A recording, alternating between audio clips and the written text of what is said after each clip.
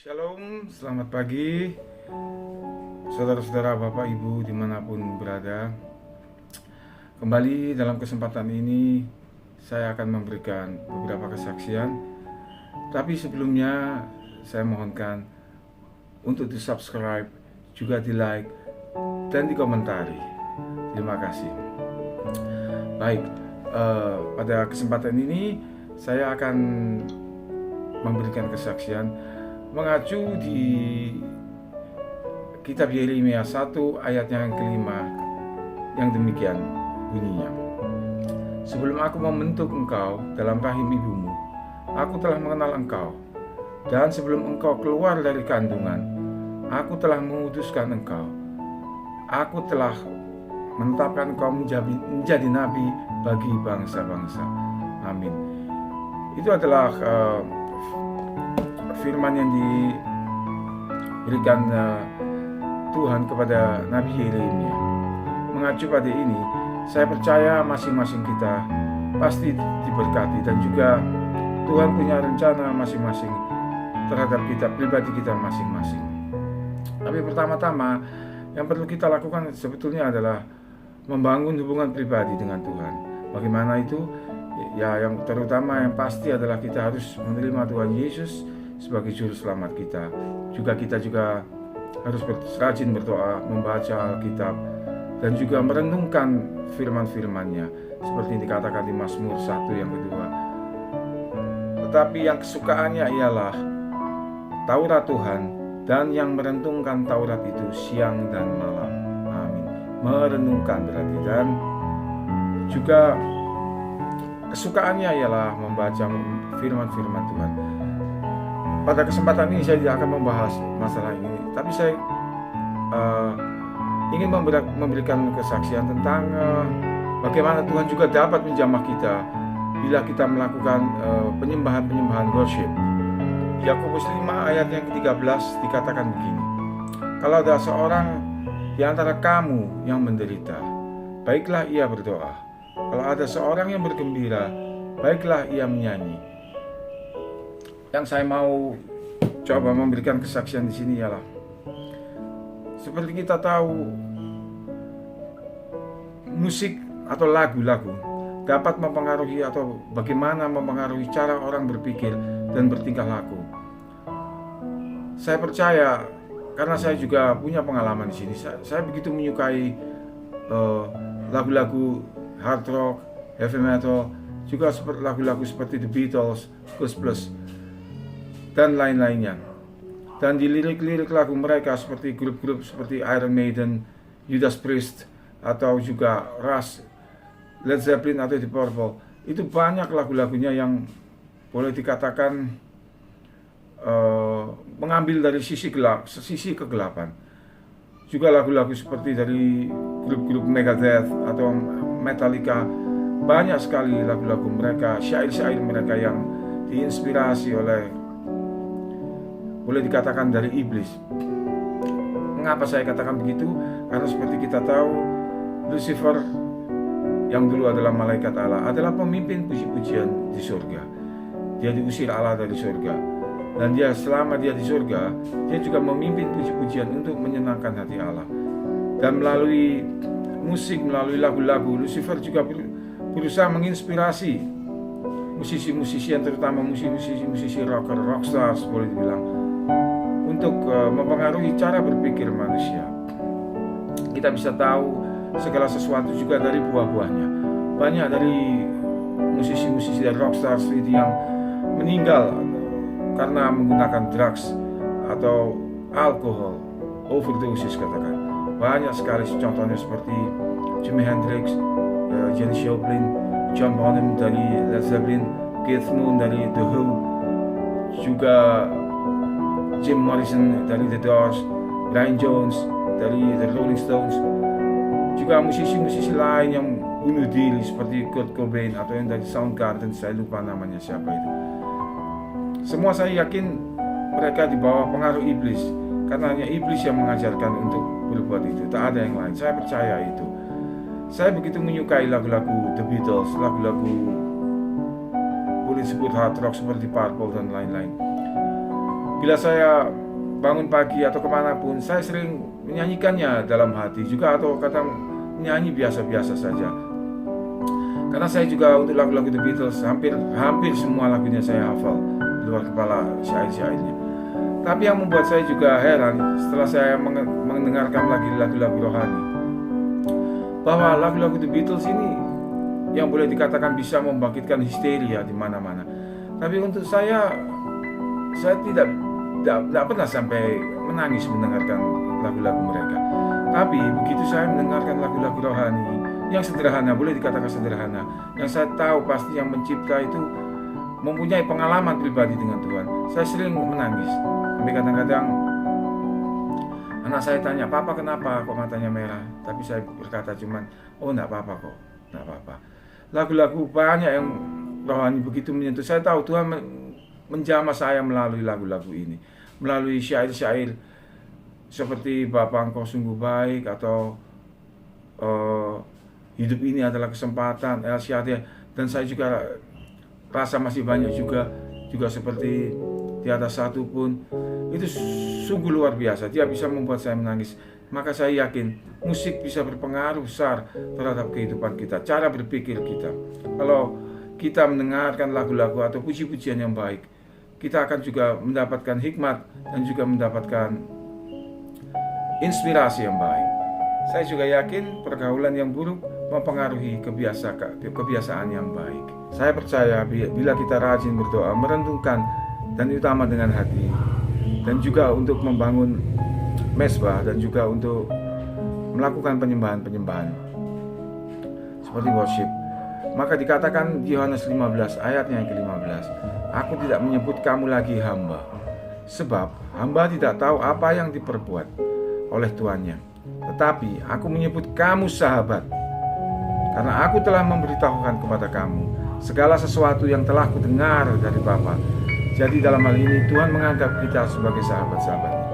Saya ingin memberikan sedikit kesaksian bahwa Tuhan betul-betul, ini pengalaman saya, bahwa Tuhan betul-betul menjadi sahabat kami di sini. Suatu hari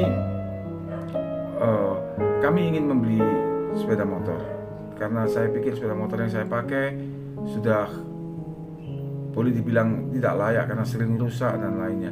Jadi saya pikir saya ingin beli sepeda motor. Segala sesuatu yang kami rencanakan, kami pasti melibatkan Tuhan, karena di Yakobus pun dikatakan begitu.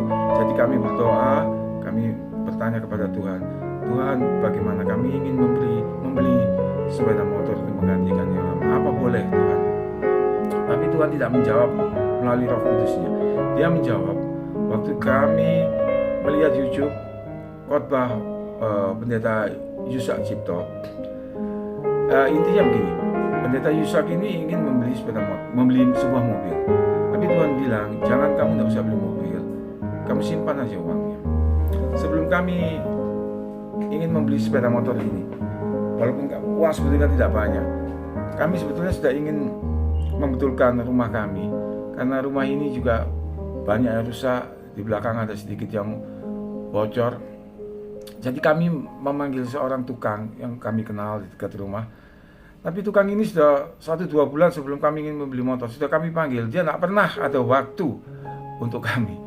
Jadi setelah Tuhan bilang melalui Pak Yusak Cipto, "Simpan saja uangmu." Jadi kami simpan uang kami, tidak banyak waktu itu. Tapi tiba-tiba setelah Tuhan berkata begitu, Mas ini, tukang ini dia datang ke rumah kami. Dia katakan, "Pak, katanya mau betulin rumah." "Ya, saya mau betulin rumah." "Ya, tolong betulin dah." Oke, jadi dia betulin. Belum selesai dia betulin rumah ini, tiba-tiba pada hari Jumat dia berkata, "Pak, saya tidak bisa menyelesaikan rumah Bapak, karena hari Minggu saya punya kerjaan lain, Pak, dan saya sudah akan terima uangnya karena saya perlu uangnya. Ini mungkin sekitar 1 atau 2 bulan baru selesai, baru saya bisa membetulkan rumah Bapak lagi." Aduh, kok begini ya, gimana? Lalu kami tetap berdoa. Kami percaya Tuhan pasti sertai kami, karena kami sahabat-sahabatnya. Yang anehnya, yang ini boleh dikatakan mukjizat, waktu istri saya berdoa, Roh Kudus bilang sama dia, "Tukang itu akan menyelesaikan rumahmu, dia tidak akan kemana-mana." Karena pada hari Minggu itu yang dia bilang dia mau terima uang itu tidak akan teruskan, akan dibatalkan oleh yang akan menerima uang. Pada hari Minggu tiba-tiba tukang itu muncul ke rumah, padahal dia sudah bilang dia mau terima uang untuk mengerjakan rumah lain. Tiba-tiba dia datang, terus istri saya bilang sama tukang itu, "Mas, kamu kan tidak jadi pergi ya, kamu kan pasti selesaikan rumah kita dulu." "Iya mbak, kok tahu?" katanya. "Ya aku tahu." "Ya tahu dari mana?" "Ya nanti kan pas hari Rabu kan baru terima uang itu." Istri saya bilang, "Iya, Tuhan sudah bilang sama aku bahwa kamu harus selesaikan rumah kami, kamu baru bisa kerjakan rumah yang lain itu." Itulah Bapak Ibu Saudara sekalian, kalau kita punya hubungan intim dengan Tuhan, Tuhan menganggap kita sebagai sahabatnya. Saya yakin kalau kita bersahabat, tidak ada satu pun yang kita rahasiakan. Saya yakin itu. Tapi kita juga tahu, dalam Tuhan, walaupun kita dalam Tuhan, segala sesuatunya pun tetap berliku-liku. Tidak ada yang dalamnya kita, kalau berjalan dalam Tuhan, kita menjadi kaya, kita menjadi segalanya mudah seperti sihir. Itu tidak mungkin. Pasti berliku-liku. Tapi pada akhirnya kita bisa lihat kuasa Tuhanlah yang menentukan, dan Dia selalu merancangkan yang baik bagi kita. Saya percaya itu. Rumah itu belum selesai dikerjakan sama tukang itu. Ada tandon yang di atas, tandon air di atas. Dia lupa mengembalikan ke posisinya, sehingga tandon itu bocor dan airnya itu mengalir tembus lewat stop kontak. Dan yang saudara-saudara, Bapak Ibu, supaya juga tahu, tegangan listrik di rumah kami ini 2200, tegangannya tinggi juga. Jadi air itu mengalir masuk di kamar sampai sebatas mata kaki. Kebetulan di situ istri saya sedang mengerjakan sesuatu. Jadi dia turun, dia kaget, loh, airnya kok penuh. Jadi dia mungkin berusaha mengeringkan. Saya waktu itu masih menjemput anak-anak pulang. Waktu saya pulang sekolah, jemput anak-anak sekolah, saya tanya, "Kenapa ini kok bisa sampai kayak gini semua? Ada apa? Apa air dari kamar mandi mungkin yang sampai keluar kok sampai begini semua?" Istri saya bilang, "Enggak, bukan dari kamar mandi." Lalu saya sambil mengeringkan, saya berusaha mencari sumber air ini. Oh, ternyata air itu keluarnya dari stop kontak.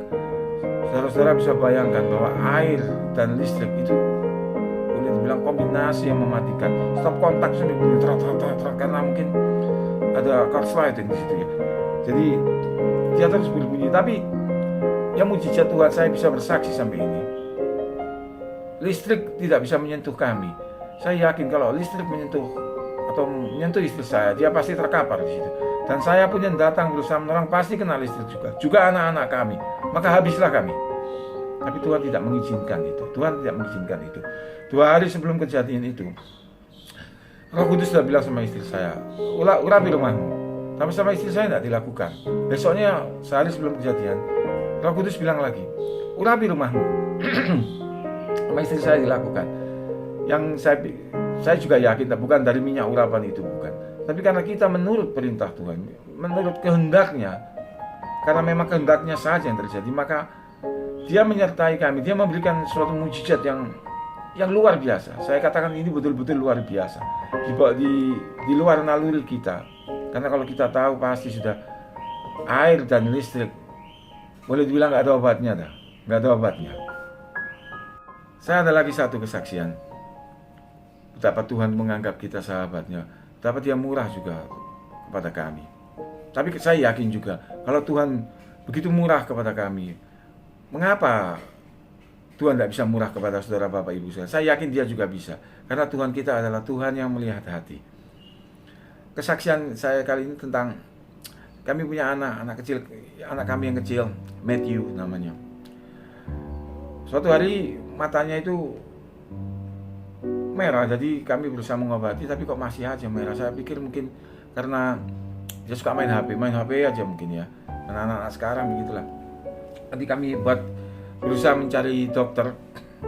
Di tempat kami tinggal ini, dokter untuk mata itu biasanya ada di beberapa rumah sakit besar. Jadi kami datangi rumah sakit swasta yang paling besar di kota yang kami tinggal. Kami datang ke situ, kami berusaha mendaftar. Tapi resepsionis bilang, "Bapak harus mengantri 70 nomor Pak. Untuk hari ini sudah tidak ada, full sudah. Untuk besok pun sudah full Pak, 70 nomor." Jadi Bapak harus datang besok sore atau lusa, baru Bapak bisa dapat nomor. Tapi kami tidak tahu dapat nomor Bapak. Bapak coba aja kesini lagi besok sore atau besok lusa. Oke, baiklah kalau gitu. Jadi kami cari ke rumah sakit lain.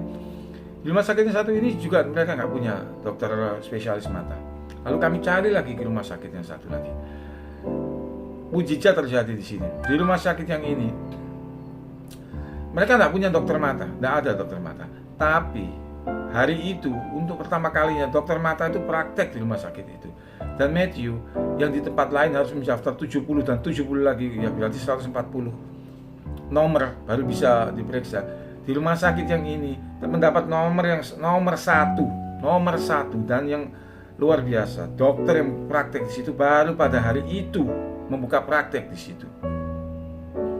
Apa ini tidak ajaib? Saya baru parkir mobil, istri saya sudah telepon, cepetan nih dokternya sudah nunggu ini. Jadi Matthew diperiksa, kami hanya membayar kurang lebih 200.000, selesai diobati 2-3 hari dia juga sembuh. Tapi dasar manusia, dasar saya pikir, saya bilang gini sama istri saya. Waktu kita sebelum berangkat kita kan sudah berdoa tadi. Roh Kudus bilang sama kamu, aku belum selesai berdoa juga Roh Kudus bilang sama kamu. Katanya, pergilah nak, aku sertai katanya. Tapi buktinya gimana? Kita kedua rumah sakit, tidak bisa langsung kita Matthew ditangani. Baru rumah sakit yang ketiga ditangani. Saya ngomong gitu, istri saya berdoa langsung. Roh Kudusnya bilang, apa kamu mau untuk mengantri sampai begitu banyak nomor? Dan kamu tahu rumah sakit yang besar itu pasti besar biayanya, mahal. Kan kamu lebih baik lah kasih rumah sakit yang lebih murah. Dan begitu juga Matthew juga sembuh. Baru dari situ saya tarik pelajaran. Karena saya katakan di awal tadi, walaupun kita berjalan sama Tuhan, Tuhan sertai kita, tapi semua itu tidak akan semulus yang kita pikirkan. Tapi pada akhirnya bagaimana? Tuhan juga sertai kita. Dia menunjukkan kuasanya bahwa dia adalah yang pemilik dari segalanya. Tak ada yang mustahil baginya. Apa tidak luar biasa itu? Sungguh luar biasa. Saya betul-betul berpikir bahwa memang imanku ini masih betul-betul dangkal. Saya masih harus banyak belajar. Tapi tidak apa-apa, saya tetap berusaha memberikan kesaksian dengan bahasa sehari-hari yang mudah dimengerti. Dan yang kesaksian yang mungkin yang terakhir akan saya bagikan ini, yang saya sampaikan. Dalam situasi yang boleh dikatakan sulit, berat, dengan virus yang menghantam segala sektor, saya tahu banyak orang yang terbeban dan merasa berat dengan keadaan ini. Saya pun tidak menyadari bahwa ini suatu beban yang berat bagi kami, karena selama virus ini yang sudah berlangsung sekitar hampir 5 bulan, kami di rumah pun merasa tidak kurang suatu apapun, dan juga kami tidak terbeban dengan sesuatu. Saya pun baru menyadari bahwa keadaan ini betul-betul sulit. Dan banyak orang yang terbebani, karena ada beberapa orang yang bertanya dan bercerita kepada kami bahwa mereka mempunyai beban yang berat, segala kesulitan dari ekonomi sampai segalanya. 2 atau 3 hari lalu saya baru sadari. Tapi kami tidak pernah merasa bahwa kami terbebani, karena kami tahu Tuhan Yesus sudah mengambil alih segala kesulitan kami. Seperti yang dia katakan di Matius 11 ayat yang 28 sampai 30. Marilah kepadaku semua yang letih lesu dan berbeban berat, aku akan memberi kelegaan kepadamu. Pikulah kuk yang kupasang dan belajarlah padaku, karena aku lemah lembut dan rendah hati, dan jiwamu akan mendapat ketenangan. Dan di ayat yang ke-30 dengan jelas dia mengatakan, sebab kuk yang kupasang itu enak dan bebanku pun ringan. Saya betul-betul tidak merasa ada beban dalam keluarga, dalam kehidupan kami dalam saat yang sulit ini. Saya betul-betul tidak tahu kalau saya tidak mengandalkan Tuhan, saya tidak mempunyai Tuhan Yesus pada saat-saat seperti ini, saya tidak tahu apa yang terjadi dengan kami. Betul, saya tidak dapat. Saya tidak bisa membayangkan. Ik kan me echt niet voorstellen, katanya orang Belanda begitu. Sorry saya ngomong Belanda sedikit, gak apa-apa ya. Itulah, tapi karena penyertaan Tuhan dan kami juga berusaha selalu untuk mendekatkan, membangun hubungan pribadi, maka Tuhan pun mendengar seruan doa kami, seperti yang dikatakan di Mazmur 91. Bila Dia berseru kepadaku, aku akan mendengarnya. Kami pun berseru, tapi kami tidak mengeluh. Kami hanya mengucap syukur. Kami selalu mengucap syukur dalam segala hal. Apapun yang diberikan, kami tahu pasti yang terbaik. Bila Dia izinkan terjadi, pasti Dia akan membenahinya, atau Dia punya rencana untuk itu. Saya yakin, sekali lagi saya tekankan, Tuhan bisa memberikan kemurahan, kebaikan, segalanya Dia berikan kepada kami di sini. Mengapa Dia tidak bisa memberikan ke saudara-saudara sekarang? Dia pasti bisa memberikannya. Asal kita itu tadi, kita membangun mezbah, kita berusaha selalu mendengar, menyenangkan hatinya juga, melakukan worship juga. Dan kita harus melakukannya semuanya hanya dengan hati kita. Kita memberikan hati kita kepada-Nya, karena Tuhan juga memberikan hatinya kepada kita. Maka sepantasnya pula kita memberikan hatinya kepada-Nya.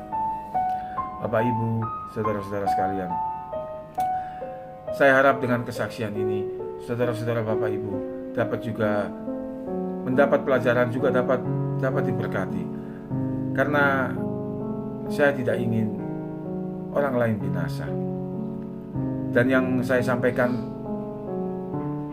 contohnya begini, saya makan sesuatu yang enak, pasti akan saya bagikan, tidak mungkin saya makan sendiri. Dan itu tidak mungkin saya akan meracuni saudara-saudara dengan apa yang saya berikan. Saya tidak mungkin meracuni. Juga dengan keluarga saya, masa saya mau memberi racun sama keluarga saya, kan sudah tidak mungkin. Maka apa yang baik saya sampaikan kepada mereka, kepada saudara-saudara sekalian. Terima kasih saudara-saudara. Saya harap menjadi berkat bagi saudara-saudara dan menguatkan. Lain kali saya akan bersaksi tentang hal lain lagi. Saya masih ada beberapa kesaksian, tapi saya yakin tiap hari saya diberi mujizat Tuhan. Maka saya akan sering-sering memberi kesaksian. Terima kasih Bapak, Ibu, saudara-saudara sekalian. Tuhan Yesus memberkati. Haleluya.